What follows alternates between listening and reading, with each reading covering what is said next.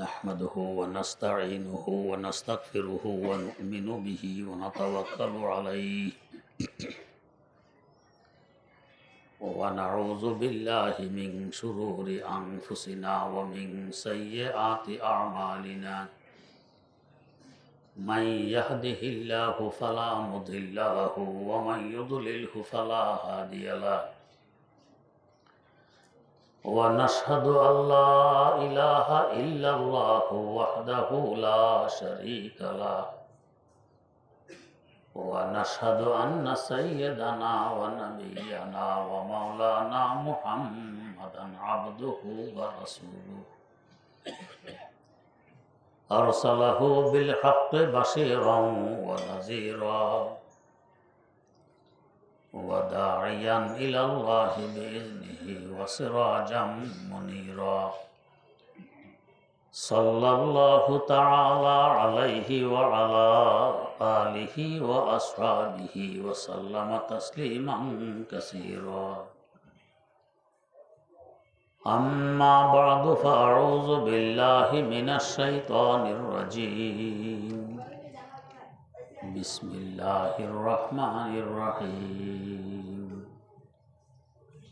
من يطع الله ورسوله فقد فاز فوزا عظيما صدق الله مولانا العظيم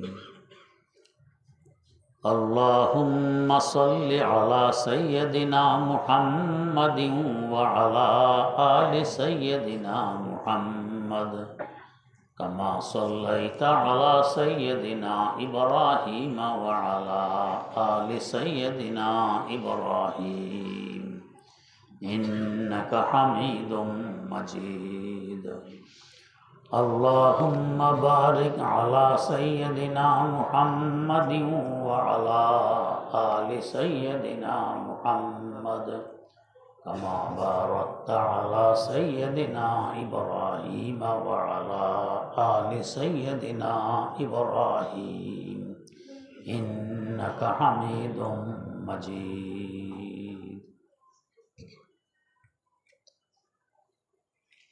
আমরা দেহ এবং আত্মার সমন্বয়ে গঠিত। দেহ দেখা যায়, আত্মা দেখা যায় না। দেহকে ঠিক রাখতে হলে দেহের সেবা যত্ন নেওয়া লাগে। আত্মাকে ঠিক রাখতে হলেও আত্মারও সেবা যত্ন নেওয়া লাগে। দেহ যেহেতু দেখা যায়, দেহের সেবা যত্ন দেখা যায়। আত্মা দেখা যায় না, আত্মার সেবা যত্ন দেখা যায় না। দেহকে দিতে হয় খোরাক, আত্মাকে দিতে হয় ইবাদত। জিনিস একটাই, নামের বেশ কম। আত্মার খোরাকের নাম ইবাদত। দেহকে দেহের খোরাক দিতে হলে পরিচ্ছন্ন পুষ্টিকর খোরাক দেয়া লাগে। অপরিচ্ছন্ন কিছু খেয়ে ফেললে উপকারের বিনিময়ে অপকার হয়, উপকারের পরিবর্তে অপকার হয়।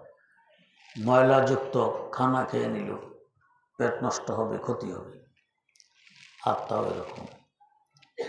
আত্মাকেও খাবার দিতে হয় আত্মার জন্য পুষ্টিকর, হিতকর।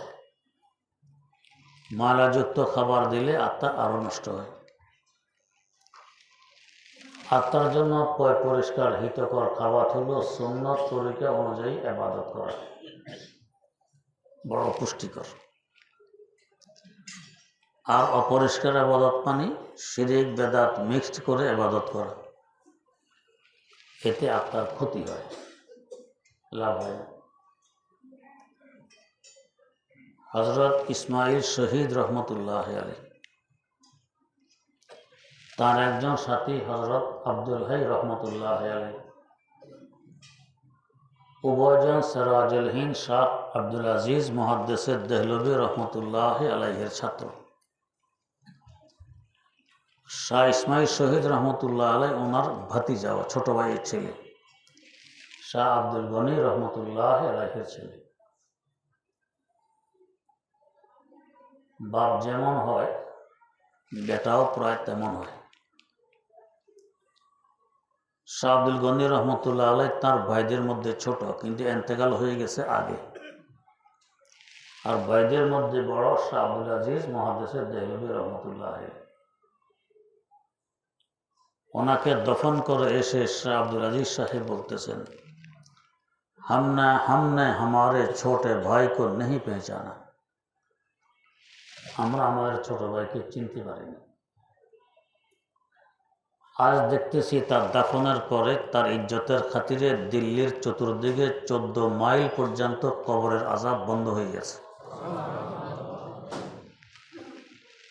আল্লাহ রাব্বুল আলামিন কাশফের মাধ্যমে কোনো ওলিকে এগুলো জানাই দেন, এটা আমরা বুঝবো না। ওই শাহ আব্দুল গনি রহমতুল্লাহ আলাই যার খাতিরে দিল্লির চতুর্দিকে 14 মাইল পর্যন্ত আযাবে কবর বন্ধ হয়ে গেছে, ওনার ছেলে শাহ ইসমাইল শহীদ রহমতুল্লাহ ওস্তাদের ছাত্রকে উপাধি দিল হুজ্জাতুল ইসলাম, মানে ইসলামের দলিল। এমন বিজ্ঞ, এমন মেধা সম্পন্ন ইসমাইল, ইসলাম মানে এটা দলিল, ইসলাম হক। যদি ইসলাম হক না হতো, অসত্য হতো, ইসমাইলের মতো এত বড় বিজ্ঞ আলেম, তীক্ষ্ণ মেধাওয়ালা ইসলাম মানা সম্ভব ছিল না। সে যখন মানে বোঝা গেছে ইসলাম হক, তাই উপাধি হুজ্জাতুল ইসলাম। ওনার সাথী হযরত আব্দুল্লাহ রহমতুল্লাহ আলাইকে উপাধি দিলেন শাইখুল ইসলাম, ইসলামের মুরব্বী। কোনো সমস্যার সামনে আসলে সমাধান দেওয়ার মতো এলেম ওনার কাছে আছে শাইখুল ইসলাম। উভয়জন মুরিদ ছিলেন হযরত সৈয়দ আহমদ শহীদ বালাকোট রহমতুল্লাহ আলাইহির কাছে। দুই সাথী একদিন পীরের কাছে এসে বলতেছেন, হুজুর আমাদেরকে একটু সাহাবাওয়ালি নামাজ পড়িয়ে দেন। সাহাবাওয়ালি নামাজ বললেন, যাও সুন্নত তরিকা মোতাবেক উজু করকে আও, সুন্নত তরিকা অনুযায়ী উজু করে আসো। রুহের সলিড খাবার সুন্নত তরিকা অনুযায়ী। আসার পরে বললেন, সুন্নত তরিকা মোতাবেক দোগানা আদা করো, সুন্নত তরিকা মোতাবেক 2 রাকাত পড়ো। দুই সাথী 2 রাকাত পড়লেন। এরপরে বলতেছেন, জীবনে যদি কোন নামাজ পড়ে থাকি এই 2 রাকাত পড়ছি, কি স্বাদ, কি মজা। নামাজের মতো নামাজ যদি হইয়া থাকে তো 2 রাকাতই।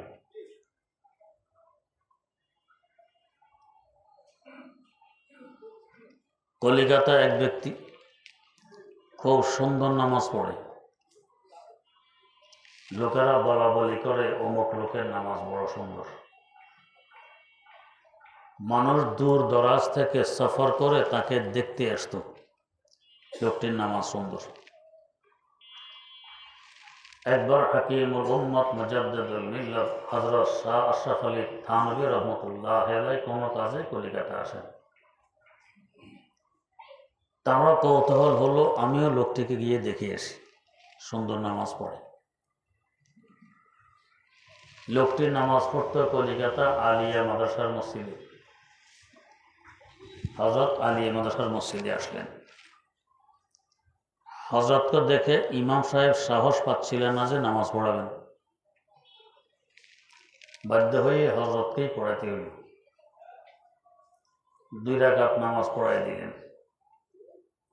নামাজ শেষে সুন্দর নামাজওয়ালা লোকটি বলতেছে, মানুষ বলা বলি করে আমার নামাজ সুন্দর, আমি নামাজ খুব সুন্দর পড়ি। দূর দরাজ থেকে সফর করে মানুষ আমাকে দেখতেও আসে, এটা আমার নলেজে আছে। কিন্তু আজকে যে মাওলানা থানভী 2 রাকাত নামাজ পড়লেন, এই 2 রাকাত যদি তিনি আমাকে দিতে রাজি হন, আমি আমার সারা জীবনের সকল সুন্দর নামাজ তাকে দিয়ে দিব।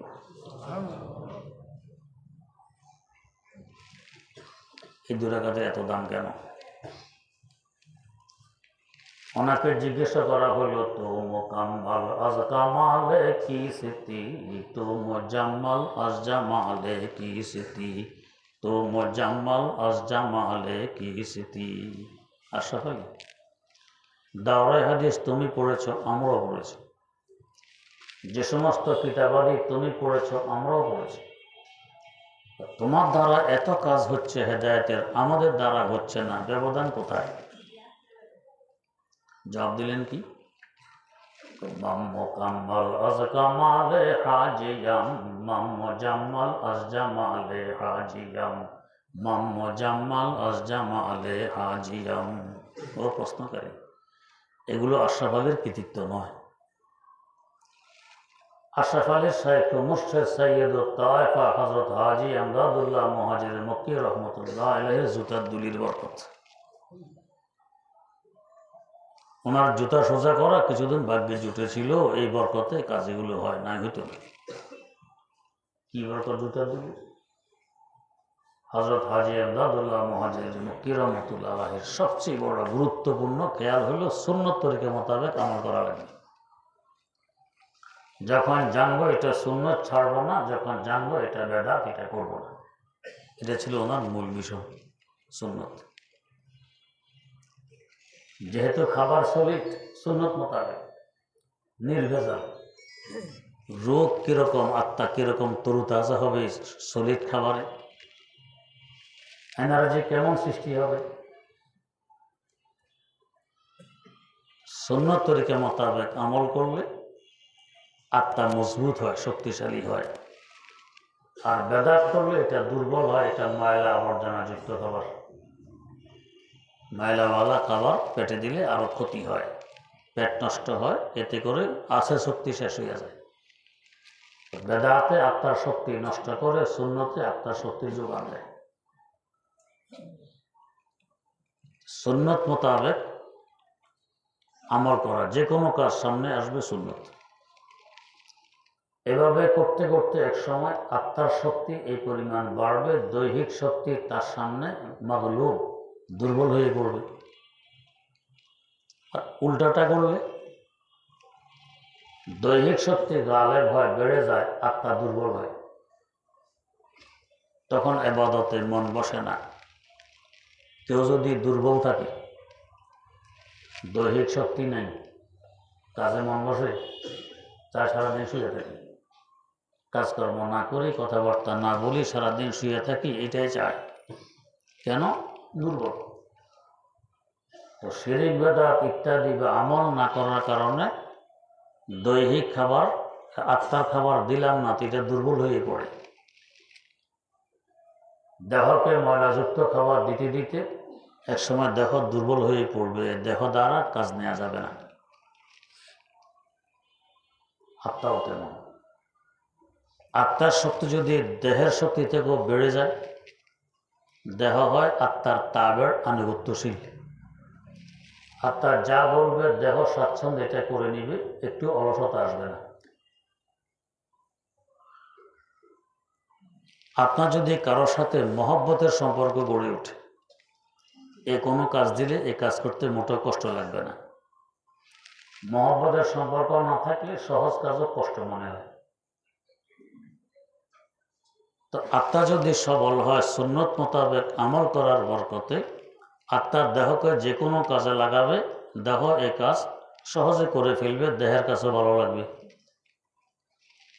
इबादत की लज्जत चखा दे खुदाया, दिलों से कुदरत मिटा दे खुदाया, वो नूरे हिदायत दिखा दे खुदाया, गुनाहों की आदत छुड़ा दे खुदाया, इबादत की लज्जत चखा दे खुदाया, इबादत की लज्जत चखा दे खुदाया। দিল সাফ হলে, পরিষ্কার হইলে ইবাদতে লজ্জত আসে, মজা আছে, স্বাদ লাগে। আর যদি উল্টা হয়, আত্মা দুর্বল, দেহ সবল, ইবাদতে মজা লাগবে না, গুনাহ করতে ভালো লাগবে। এটা দেহের চাহিদা, আর ইবাদত আত্মার চাহিদা। যেহেতু ইবাদত আত্মার খোরাক, আর গুনাহ এগুলো দেহের চাহিদা, জৈবিক চাহিদা। আত্মার শক্তি বাড়লে এই পরিমাণ বাড়ে। এই দেহ মাটির নিচে যখন যায়, মারা যাওয়ার পরে মাটি এটাকে হজম করে মাটি বানায়, দেহের অস্তিত্ব পাওয়া যায় না। কারণ এই দেহটা 4 বস্তুর মাধ্যমে গঠিত: আগুন, বাতাস, পানি ও মাটি। আত্মা এখন দেহে আছে, তাই আগুন, পানি, মাটি, বাতাস এগুলো আত্মার সাথে কুলাইতে পারে না। দেহ আপন অবস্থা নিজের অস্তিত্ব নিয়ে ঘুরাফেরা করে। না হয় সকলে চায় আমার পাওনা আমি উসুল করে ফেলি। পাওনাদার সবসময় চায় আমার পাওনা আমি তাড়াতাড়ি উসুল করে ফেলি। পয়সা পড়ে থাকুক আরেকজনের কাছে, এটা চায় না। তো আগুনও চায় আমার অংশটা আমি নিয়ে যাই, বাতাস চায় আমার অংশ আমি নিয়ে যাই, পানি চায় আমার অংশ আমি নিয়ে যাই, মাটি চায় আমার অংশ আমি নিয়ে যাই। আত্মা আছে বিদায় পারতেছে না। যখন আত্মা সরে যায় আমরা হই লাশ, মাটির নিচে পুঁতে রাখে। নারাটিও আগুন তার অংশ নিয়ে যায়, বাতাস তার অংশ নিয়ে যায়, পানি তার অংশ নিয়ে যায়, মাটির তার অংশ নিয়ে যায়। ফলে আমাদের দেহের কিছু থাকে না। আপনার নিজস্ব কোনো পুঁজি নেই। 4 জন থেকে 1-1 লাখ করে 4 লাখ টাকা পুঁজি দিয়ে কাজ শুরু করছেন। 4 জনে তার নিজ টাকা নিয়ে গেছে। এখন আপনার শূন্য না, হাত খালি। টাকা ছিল ওদের, ওরা নিয়ে গেছে তো খালি। আমার দেহ তো ওদের, কিছু আগুনের, কিছু বাতাসের, কিছু পানির, কিছু মাটির। ওদের ভাগ ওরা নিয়ে গেলে আমার আর দেহ নেই। মারা যাওয়ার পরে যেহেতু আত্মা নেই, ওদের শক্তি এখন বেড়ে যায় আমার দেহ থেকে, নিজ অংশ নিয়ে যায়, দেহ তার অস্তিত্ব হারিয়ে ফেলে। হ্যাঁ, আত্মার শক্তি যদি দেহ থেকে বেশি থাকে, মারা যাওয়ার পরেও আত্মার প্রভাবে ওরা তাদের অংশগুলো নিতে পারে না। ফলে দেহটা পচে না, যেভাবে আছে এইভাবেই থাকে। অনেক মানুষের দেহ আস্ত রয়ে গেছে, পচে নাই। হাজার হাজার বছর যাবৎ মাটির নিচে পড়ে আছে, পচে নাই। কেন? আত্মার শক্তি বেশি। চাইছে ওরা ওদের অংশটা নিয়ে যেতে পারেনি আত্মার কারণে। 1958 সনের কথা,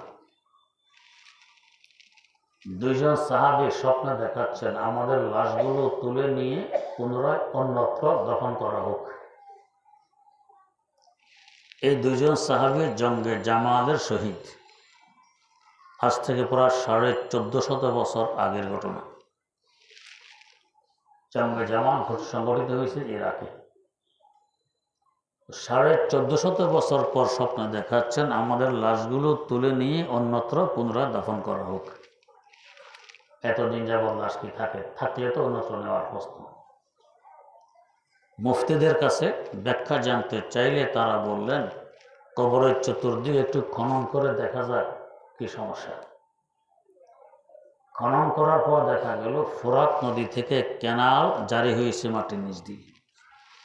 ওখান থেকে চুয়ে চুয়ে কবরে পানি আসতেছে। এই জন্য এইসব সিদ্ধান্ত হইল কবর খুলবে, লাশ থাকলে লাশ অন্যত্র পুনরায় দফন করবে। তখন ছিল হজের মৌসুম। হাজিরা আবেদন জানাইল, এই বরকতময় কাজে আমরাও শরীক থাকতে চাই, একটু বিলম্ব করা হোক, আমরা হজ শেষ করে আসতেছি। সরকার বিলম্ব করল। এরপর কবরগুলো যেদিন খুললো, খোলার পরে দেখা গেল যেন আজকে দাফন করা হয়েছে, অথচ 1450 বছর অতিবাহিত হয়ে গেছে। আগুন তার অংশ নিতে পারেনি, বাতাস তার অংশ নিতে পারেনি, পানি তার অংশ নিতে পারেনি, মাটি তার অংশ নিতে পারেনি। কেন পারবো না? এদের রুহানি শক্তি দৈহিক শক্তি থেকে বেশি, যার কারণে আত্মা গালেব, দেহ মগলুব। আগুন, পানি, বাতাস, মাটি এরাও মগলুব পারল না। অথচ আপন জায়গায় তাদের শক্তি কি পরিমাণ, মাটির শক্তি কি পরিমাণ। একটা বড় মাটির চাকা আমাদেরকে চাপা দিলে বাঁচতে পারবো? পারবো না। কত শক্তি! অসংখ্য মানুষকে হজম করে মাটি মাটি বানাইছে, কি পরিমাণ শক্তি! এমনকি দুনিয়ার যা কিছু আছে সব কিছুকে মাটি হজম করে মাটি বানায়। কেউ যদি নিজ ইচ্ছা চায় যে আমি মাটি হব না, পারবে? থাকতে পারবে না। পানির শক্তি কি পরিমাণ? মাটির মতো শক্তিশালী উপাদান, এটাকে এক ধাক্কা মারলে ভেঙে চুরমার হয়। নদী সাগর এক এক জায়গায় ভাঙে। যদি মাটি চায় আমি আজ থেকে আর ভাঙবো না, চাইলে কি পারবে? পারবে না। পানির শক্তি মাটি থেকে অনেক বেশি। আবার বাতাস পানি থেকে শক্তি আরো বেশি। লক্ষ কোটি টন পানি কাঁধে করে বাতাস নিয়ে যাচ্ছে দক্ষিণ মেরু থেকে উত্তর মেরু। যদি এই মেঘমালা বলে বাতাস তোর কাঁধে করে আমি উত্তর দিকে যাবো না, আমি যাবো দক্ষিণ দিকে, পারবে? পারবে না। कौन लाता खींच कर दक्षिण से बादे साजगार, कौन लाता खींच कर दक्षिण से बादे साजगार, ये ज़मीं किसकी है और किसका है नूरे आफताब। এই লক্ষ কোটি টন ঠেলে পানি নিয়ে যাচ্ছে বাতাস উত্তর মেরুতে। শক্তি কি পরিমাণ! বাতাস পানি থেকেও বাতাসের শক্তি অনেক বেশি। আবার এই বাতাস আগুন জ্বালাই দিলে ভিতরে ঢুকার শক্তি বাতাসের নেই। আগুনের ভিতরে বাতাস থাকে না, তাই অক্সিজেন থাকে না। এই আগুন মাটিকে পুড়ে পাথর বানায়, এই আগুন পানিকে শুকিয়ে ফেলে। সবচেয়ে বেশি শক্তিধর আগুন, যেখানে লাগিয়ে দেওয়া হয় জ্বালিয়ে পুড়িয়ে বর্ষ বানায় দেয়। এত কিছুর পরেও এই দেহ থেকে আগুন তার অংশটা নিয়ে যেতে চাচ্ছে, পারল না। এত শক্তি থাকার পরও পানি দেহ থেকে তার অংশটা নিয়ে যেতে চাচ্ছে, পারল না। এত শক্তি থাকার পরেও বাতাস দেহ থেকে তার অংশ নিয়ে যেতে চাচ্ছে, পারল না। এত শক্তি থাকার পরেও মাটি দেহ থেকে তার অংশ নিয়ে যেতে পারছে, পারল না। কেন পারল না? আত্মাকে সলিড খাবার দেয়া হয়েছিল জিন্দিগি ভর সুন্নত তরিকা মোতাবেক ইবাদত। এতে আত্মার শক্তি এমন সবল হয়, এর সাথে এই মহাশক্তি, আগুনের শক্তি, বাতাসের শক্তি, পানির শক্তি, মাটির শক্তি সব তুচ্ছ। আত্মার শক্তি থেকে অনেক বেশি। এই বেশি হওয়ার কারণে এক বুজুর্গ বলতেছেন, মাম্ব একদম সায়রে আলম মে কুনাম, মাম্ব একদম সায়রে আলম মে কুনাম, রোহেরা দস্তে ও পায়ে দিগারাস্ত, রোহেরা দস্তে ও পায়ে দিগারাস্ত। এক মুহূর্ত লাগে না পুরো জগৎ একবার আত্মা দিয়ে ঘুরে আসতে পারিস। কেন? আমার আত্মার হাত পা এবং পরপাখা ভিন্ন। এটা দেখা যায় না, যেহেতু আত্মা দেখা যায়। কিন্তু আত্মার দেখা না যাইলে কি হবে? বিশ্বাস হয় না। না থাকলে তো আমরা মুর্দাই হইতাম। আছে বিদায় তো জিন্দে আছি। এখান থেকে আমরা স্বীকার করতে পারি, বেড়ে নিতে পারি যে আল্লাহ দেখা যায় না। পুরা সৃষ্টি জগৎ দেখি, আল্লাহ দেখি না। আত্মা দেখি না, তারপরও মানতে পারে। রোদ দেখি না, তারপরও স্বীকার করি। আল্লাহ না দেখলে স্বীকার করতে অসুবিধা কি? তঞ্জে জানো জাঁজে তন মস্তোর নিস্ত, তঞ্জে জানো জাঁজে তন মস্তোর নিস্ত, লেকে কসরা দিদ আ দস্তোর নিস্ত, লেকে কসরা দিদ আ দস্তোর নিস্ত। আমার দেহের মধ্যে আত্মা আছে, রূহ আছে, আর রুহের সাথে আমার দেহ আছে, অস্বীকার করার কোনো জো নেই। এরপরও রূহ দেখি না, আত্মা দেখি না। লেকে কসরা দিদে আ দস্তোর নিস্ত। তেমনিভাবে গোটা সৃষ্টি জগৎ দেখতেছি, পরিচালনা করতেছেন সৃষ্টিকর্তা আল্লাহ রাব্বুল আলামিন। তাকে দেখা যায় না, দেখি না। তো নিজের আত্মা, নিজের রূহ না দেখার পরও বিশ্বাস করে মানি। ওনাকে না দেখলে বিশ্বাস করতে, মানতে অসুবিধা কোথায়? আছেন তিনি, আমাদের সাথেও আছেন। তবে ইত্তেসালে বেতাকায়ুফ বেকিয়াস, হস্তে রব্বুন নাসে রাবা জানে নাস, হস্তে রব্বুন নাসে রাবা জানে নাস। আছে আমাদের সাথে, আমাদের যুক্তির ঊর্ধ্বে, আমাদের যুক্তি দিলে ধরবে না। তো আত্মার শক্তি বেড়ে গেলে এই আত্মার কারণে দেহ অক্ষত থাকে। এখন আত্মা গালেব, শক্তি বেশি। শত শত হাজার হাজার বছর কবরে মাটির নিচে থাকার পরও এটা পোস্ত না, মাটি হইল না। কেন? আত্মার শক্তি বেশি। আত্মার শক্তি বৃদ্ধি করতে হলে আত্মাকে খোরাক দিতে হয়, সেটা হলো ইবাদত, সুন্নত তরিকা মোতাবেক সলিড খোরাক। বেদাতের আমিজাস, বেদাত এসে সংযুক্ত হলে এটা ময়লাযুক্ত হয়ে পড়ে, এর দ্বারা আত্মার ক্ষতি হয়। তাই বেদাত থেকে খুব সতর্ক, আর সুন্নতের ব্যাপারেও সতর্ক, যাতে সুন্নত না ছোটে, বেদাত যাতে আমার আমলে না আসে। হাদিস শরীফে কত পরিষ্কার ধমকি। এমন কোন কাজ যে করে, যে কাজটা আমাদের দিনের মধ্যে নেই, দিন মনে করে করতেছে, ইবাদত মনে করে করতেছে, সব মনে করে করতেছে, সে আমার উম্মতই নয়। উম্মতের হাসর মাঠে হুজুর বলেন, আমি আমার উম্মতকে আমার স্বহস্তে হাউজে কাউসারের শরবত পান করাবো। প্রশ্ন, অন্য নবীর উম্মত তো সেখানে থাকবেন, তো চিনবেন কিভাবে কে আমার উম্মত কে অন্যের উম্মত? চিনব, ওজুর স্থানগুলো তখন নূরের মতো ঝলমল করতে থাকবে, অন্য উম্মতে থাকবে না, আমার উম্মতে থাকবে, এটা দিয়ে চিনব। একদল আসতেছে, হুজুরও চান এদেরকে শরবত পান করাবেন, হুজুর অংশ জ্বলতেছে, ফেরেশতারা হাঁকায় দিচ্ছে দূরের দিকে। হুজুর বলেন, এটা তো আমার উম্মত, হুজুর অঙ্গগুলো জ্বলতেছে, দেখা যায় নূর, আমার উম্মত, এদেরকে হাঁকাও কেন, সরাও কেন? হুজুর, আপনার অবর্তমানে আপনার দিনের হুলিয়া বিগড়ে দিয়েছিল, হুজুর করলে কি হবে? বেদাতে লিপ্ত ছিল। সহকান ঠিক আছে, এদেরকে সরাই দেবো, হাউজে কৌশল শরবত এদের কিসমতে নেই, কেন? এরা বেদাতে লিপ্ত ছিল। যখন বুঝবো অমুক কাজ বেদাত করবো না, যখন বুঝবো অমুক কাজ সুন্নাত ছাড়বো না। এটা আত্মার সলিড খাবার। বেদাত হলো বেতাল খাবার, আত্মাকে দুর্বল করে, সুন্নাত আত্মাকে সবল করে। এর মাধ্যমে আত্মা সবল হইলে ইবাদতে দুর্বলতা আসে না।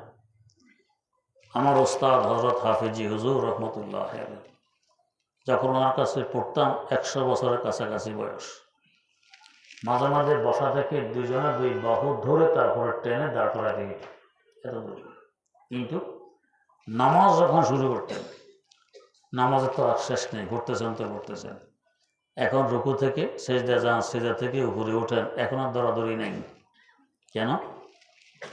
ইবাদত আত্মার খোরাক, আত্মার শক্তি এখন দেহ থেকে বেশি, এই শক্তি এখন কাজ করে। আর এমনি সময় ধরে উঠাতে হয়, এটা এখন দেহের শক্তি কাজ করে। দেহ যেহেতু দুর্বল, বয়োবৃদ্ধ মানুষ, 100 বছরের কাছাকাছি বয়স, আরেকজনের ধরে উঠায়। আর আত্মা তো সবল, আত্মার কাজ যখন চলে, এখন আর দেহ ধরার প্রশ্ন নাই, নিজে নিজে করতে পারে। আমার নানা শ্বশুর আল্লামা দিলওয়ার হোসাইন রহমতুল্লাহ আলাইহি, তার নামে আমার নাম রাখা হয়। তাকেও দেখেছি, লম্বা চওড়া ছিলেন মাশাআল্লাহ, উঁচু জায়গায় নিঃশক্তিতে উঠতে পারতেন না, দুজনে দুই বাহু ধরে উঠেতেন। নামাজ যখন শুরু করতেন, এখন আর কোনো সমস্যা নেই, রুকু সিজদা সব সুন্নত তরিকা মোতাবেক। কেন? আত্মার শক্তি বেশি দৈহিক শক্তির তুলনায়, তা আত্মা এখন দেহকে নিয়ে চলতেছে। শক্তিশালী ইঞ্জিনের সাথে যদি লাগিয়ে দেওয়া হয় ডিব্বা, ইঞ্জিন যত দ্রুত চলবে, ডিব্বা তত দ্রুত চলবে। একথা ভাববে না যারা, আমার তো নিজস্ব কোনো শক্তি নেই, আমি কি ইঞ্জিনের সাথে দৌড়ে পারবো? ডিব্বা একথা ভাববে, রেলগাড়ির ডিব্বা একথা ভাববে যে আমার তো শক্তি নেই, শক্তি তো শুধু ইঞ্জিনের, ইঞ্জিন নিজ শক্তিতে দৌড়বে, আমার শক্তি নেই, আমাকে তার সাথে দৌড়ে কুলাবো? এই চিন্তা ডিব্বা করবে না, বরং ইঞ্জিন যে গতিতে চলে, ডিব্বা সে গতিতেই দৌড়ে। ঠিক আত্মা শক্তিশালী হলে আত্মার যে গতিতে চলবে, দেহ সে গতিতে চলবে। যতই দুর্বলতা থাকুক, ইবাদতের মধ্যে দুর্বলতা থাকবে না, ঠিকঠাক সব করতে পারবে। করতে করতে এমন হয়, হাফেজি হুজুর রহমতুল্লাহ আলাইহি দেখা গেছে ঘুমন্ত অবস্থায় জিহ্বা নড়তেছে, জিকির জারি আছে, এটা বন্ধ নেই। ওলামায়ে কেরাম তাকে বলতেন জিকিরে মুজাসসাম, তার রগ রেশা পুরা যেন জিকির। এটা আত্মাকে সবল করে, আত্মাকে জিন্দা রাখে। জিকিরে গো জিকিরে গো জিকিরে তোরা জানাস, জিকিরে গো জিকিরে গো জিকিরে তোরা জানাস, দিলেরা জিন্দা কুনি যে জিকিরে রহমানাস। রহমানের জিকির আত্মাকে, দিলকে জিন্দা করে, শক্তির ব্যবস্থা করে। অতএব আমরা সুন্নত তরিকের মোতাবেক ইনশাআল্লাহ আমল করব, আত্মা শক্তিশালী হবে, দেহতা আনুগত্যশীল হবে। আল্লাহ রাব্বুল আলামিন আমাদেরকে তৌফিক দান করুন। সুবহানাল্লাহি ওয়া বিহামদিহি, সুবহানাকা আল্লাহুম্মা ওয়া বিহামদিক, আশহাদু আল্লা ইলাহা ইল্লা আনতা, আস্তাগফিরুকা ওয়া আতুবু ইলাইক।